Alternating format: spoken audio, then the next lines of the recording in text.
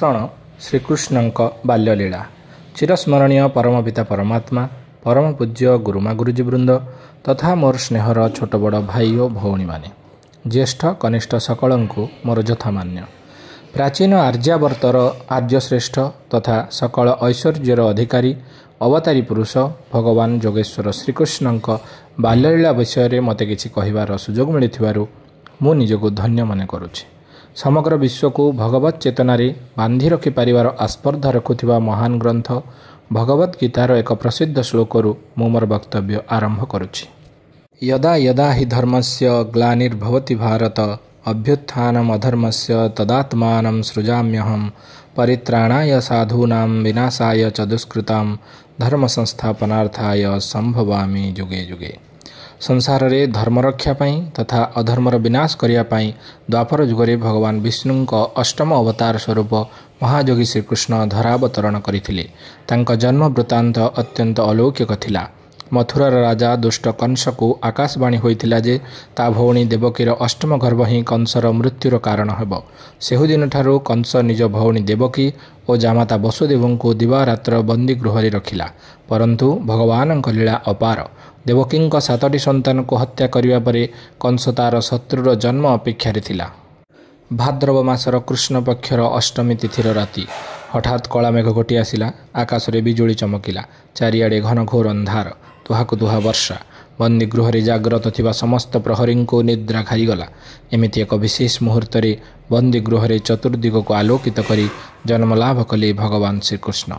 ଭଗବାନଙ୍କ ନିର୍ଦ୍ଦେଶ ପାଇ ସେହି ରାତିରେ ହିଁ ଶ୍ରୀକୃଷ୍ଣଙ୍କ ପିତା ତାଙ୍କୁ ଗୋପପୁରର ନନ୍ଦରାଜାଙ୍କ ଘରେ ମାତା ଯଶୋଦାଙ୍କ କୋଳରେ ଛାଡ଼ି ଦେଇ ଆସିଲେ।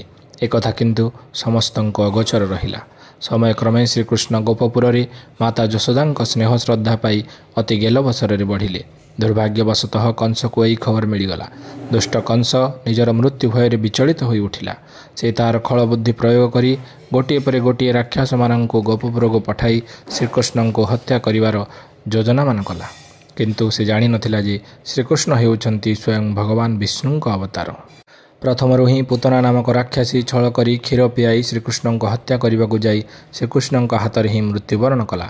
ପରେ ପରେ ରାଜା କଂସ ଦ୍ୱାରା ପ୍ରେରିତ ତୃଣାବର୍ତ୍ତ, ଅଘାସୁର, ବକାସୁର, ଶକଟାସୁର, କେଶୀ, ଅରୁଷ୍ଟାସୁର ଆଦି ଦୁଷ୍ଟ ରାକ୍ଷସମାନଙ୍କୁ ଶ୍ରୀକୃଷ୍ଣ ବଧ କରିଦେଲେ। ବାଲ୍ୟକାଳରେ ଶ୍ରୀକୃଷ୍ଣ ଯେ କେବଳ ତାଙ୍କ ପିତାମାତାଙ୍କ ହିଁ ଅତ୍ୟନ୍ତ ଗେହ୍ଲା ଥିଲେ ତାହା ନୁହଁ, ବରଂ ସମଗ୍ର ଗୋପପୁରବାସୀ ଶ୍ରୀକୃଷ୍ଣଙ୍କୁ ବହୁତ ଭଲ ପାଉଥିଲେ। ତାଙ୍କର ପିଲାବେଳ ବଡ଼ ଭାଇ ବଳରାମ ତଥା ଅନ୍ୟାନ୍ୟ ସଖା ସୁଦାମା, ସୁବଳ, ମଧୁମଙ୍ଗଳ ଆଦିଙ୍କ ସହ ବେଶ ଆନନ୍ଦରେ କଟୁଥିଲା। ଲହୁଣୀ ତାଙ୍କର ଏତେ ପ୍ରିୟ ଥିଲା ଯେ ସେ ତାଙ୍କ ମିତ୍ରମାନଙ୍କ ସହ ଶିକା ଉପରେ ଥିବା ଲହୁଣୀକୁ ଚୋରି କରି ଖାଉଥିଲେ। ତାଙ୍କର ବାଲ୍ୟ ଚପଳାମୀକୁ ଗୋପପୁରବାସୀ ହସି ହସି ସହିଯାଉଥିଲେ। ଶ୍ରୀକୃଷ୍ଣ ତାଙ୍କ ବାଲ୍ୟାବସ୍ଥାରେ ନିଜ ପାଟି ଭିତରେ ମାତା ଯଶୋଦାଙ୍କୁ ସମଗ୍ର ବ୍ରହ୍ମାଣ୍ଡ ଦର୍ଶନ କରାଇବା, ଯମୁନା ନଦୀରେ କାଳିଅ ଦଳନ କରିବା, ଗୋବର୍ଦ୍ଧନ ପର୍ବତକୁ ନିଜର ବାମ ହାତର କନିଷ୍ଠ ଆଙ୍ଗୁଠିରେ ଟେକି ଧରି ଗୋପପୁରବାସୀଙ୍କୁ ବର୍ଷା ଦାଉରୁ ରକ୍ଷା କରି ଇନ୍ଦ୍ରର ଗର୍ଭଗଞ୍ଜନ କରିବା ଆଦି ଅନେକ ଅଲୌକିକ କାର୍ଯ୍ୟ କରିଥିଲେ। ଶ୍ରୀକୃଷ୍ଣଙ୍କ ବଂଶୀର ସ୍ୱନ ଏତେ ମଧୁର ଥିଲା ଯେ ସକଳ ଗୋପପୁରବାସୀ ସମେତ ଆଖପାଖର ପଶୁପକ୍ଷୀମାନେ ମଧ୍ୟ ତାଙ୍କ ବଂଶୀ ସ୍ୱନରେ ବିମୋହିତ ହୋଇ ପଡ଼ୁଥିଲେ। ସେ ତାଙ୍କ ମାତୁଳ ଦୁଷ୍ଟ କଂସକୁ ମାୟା ବଳରେ ବଧ କରି ନିଜ ମାତା ପିତାଙ୍କୁ ବନ୍ଦୀ ଗୃହରୁ ମୁକ୍ତ କରିଥିଲେ। ଶେଷରେ ଏତିକି ନିଃସଙ୍କୋଚପୂର୍ବକ କୁହାଯାଇପାରେ ଯେ ଶ୍ରୀକୃଷ୍ଣଙ୍କ ବାଲ୍ୟଲୀଳା ଯେତିକି ଉତ୍କଣ୍ଠାପୂର୍ଣ୍ଣ ଓ ଆକର୍ଷଣୀୟ ଥିଲା, ତାଙ୍କର ବାଲ୍ୟ ପରବର୍ତ୍ତୀ ଜୀବନ ମଧ୍ୟ ସେତିକି ଆଦର୍ଶ ଓ ପ୍ରେରଣାଯୁକ୍ତ ଥିଲା। ପରେ ପରେ ମହାଭାରତ ଯୁଦ୍ଧଭୂମିରେ ଅର୍ଜୁନଙ୍କୁ ଗୀତାର ଗଭୀର ଜ୍ଞାନ ଦେଇଥିବାରୁ ଶ୍ରୀକୃଷ୍ଣ ଭାରତର ସଂସ୍କୃତି, ରାଷ୍ଟ୍ରୀୟ ଅସ୍ମିତା ତଥା ରାଷ୍ଟ୍ରଧର୍ମର ମୂର୍ତ୍ତିମନ୍ତ ପ୍ରତୀକ ବୋଲି ମଧ୍ୟ କୁହାଯାଇପାରେ। ଏତିକି କହି ମୁଁ ମୋର ବାଣୀକୁ ବିରାମ ଦେଉଛି। ନମସ୍ତେ। ଷଣ ଶ୍ରୀକୃଷ୍ଣଙ୍କ ବାଲ୍ୟଲୀଳା। ଚିରସ୍ମରଣୀୟ ପରମ ପିତା ପରମାତ୍ମା, ପରମ ପୂଜ୍ୟ ଗୁରୁମା ଗୁରୁଜୀବୃନ୍ଦ ତଥା ମୋର ସ୍ନେହର ଛୋଟ ବଡ଼ ଭାଇ ଓ ଭଉଣୀମାନେ, ଜ୍ୟେଷ୍ଠ କନିଷ୍ଠ ସକଳଙ୍କୁ ମୋର ଯଥାମାନ୍ୟ। ପ୍ରାଚୀନ ଆର୍ଯ୍ୟାବର୍ତ୍ତର ଆର୍ଯ୍ୟଶ୍ରେଷ୍ଠ ତଥା ସକଳ ଐଶ୍ୱର୍ଯ୍ୟର ଅଧିକାରୀ ଅବତାରୀ ପୁରୁଷ ଭଗବାନ ଯୋଗେଶ୍ୱର ଶ୍ରୀକୃଷ୍ଣଙ୍କ ବାଲ୍ୟଲୀଳା ବିଷୟରେ ମୋତେ କିଛି କହିବାର ସୁଯୋଗ ମିଳିଥିବାରୁ ମୁଁ ନିଜକୁ ଧନ୍ୟ ମନେ କରୁଛି। ସମଗ୍ର ବିଶ୍ୱକୁ ଭଗବତ୍ ଚେତନାରେ ବାନ୍ଧି ରଖିପାରିବାର ଆସ୍ପର୍ଦ୍ଧା ରଖୁଥିବା ମହାନ ଗ୍ରନ୍ଥ ଭଗବତ୍ ଗୀତାର ଏକ ପ୍ରସିଦ୍ଧ ଶ୍ଳୋକରୁ ମୁଁ ମୋର ବକ୍ତବ୍ୟ ଆରମ୍ଭ କରୁଛି। ୟଦା ୟଦା ହି ଧର୍ମସ୍ୟ ଗ୍ଲାନିର୍ଭବତି ଭାରତ ଅଭ୍ୟୁତ୍ଥାନମଧର୍ମସ୍ୟ ତଦାତ୍ମାନଂ ସୃଜାମ୍ୟହଂ ପରିତ୍ରାଣାୟ ସାଧୂନାଂ ବିନାଶାୟ ଚ ଦୁଷ୍କୃତାଂ ଧର୍ମ ସଂସ୍ଥାପନାର୍ଥାୟ ସମ୍ଭବାମି ଯୁଗେ ଯୁଗେ। संसार रे धर्मरक्षा पाई तथा अधर्मर विनाश करिया पाई द्वापर जुगरे भगवान विष्णुंक अष्टम अवतार स्वरूप महायोगी श्रीकृष्ण धरावतरण करथिले। तांका जन्म वृत्तांत अत्यंत अलौकिक थिला।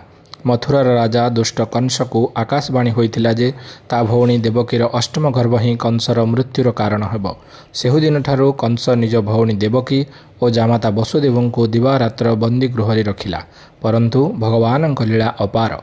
देवकी 7टी संतान को हत्या करिवा परे कंस तार शत्रुर जन्म अपेक्षा थिला। भाद्रव मासर कृष्ण पक्षर अष्टमी तिथिर राति हठात कला मेघ घोटी आसिला। आकाशरे बिजुली चमकिला। चारिआडे घन घोर अंधार, तुहाकु तुहा वर्षा।